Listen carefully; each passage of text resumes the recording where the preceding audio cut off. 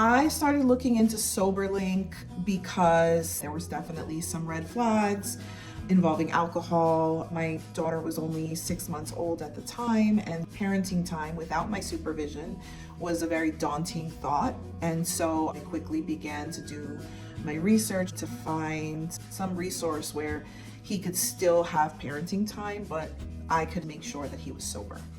I felt great having Soberlink. The system worked really well.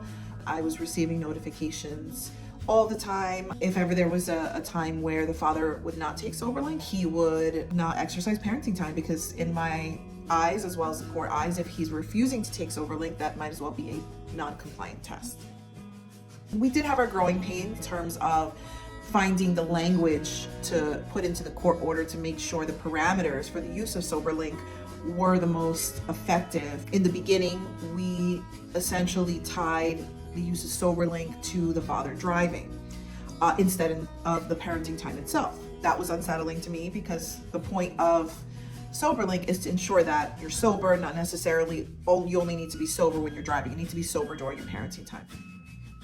I did my due diligence. I knew that there was facial recognition, but of course, you start to think, well, how do they know that that's actually him? After speaking and getting more information, if I ever wanted to retrieve those images, I could retrieve those images. And sure enough, I did. I would see all the different dates, and I would see his face, and that made me feel more comfortable.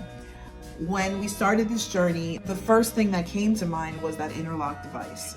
The judge actually was very dismissive of using an interlock device for parenting time because of the stigma. So I tried to do my research to find something that would perhaps be portable, even cheat-proof, and that's when I came across Soberlink. The financial aspect of it came into question, so presenting to the judge that there were different options and levels to Soberlink. I didn't need to receive real-time text messages. It's something that I could receive via email. So just sort of finding the option that fit best for us. At the end of the day, nobody is going to advocate for your child more than yourself. Everything that you do and everything that you look to implement has to be in the best interest of the child, and Soberlink very much checks off all those boxes, and that's why it works for us.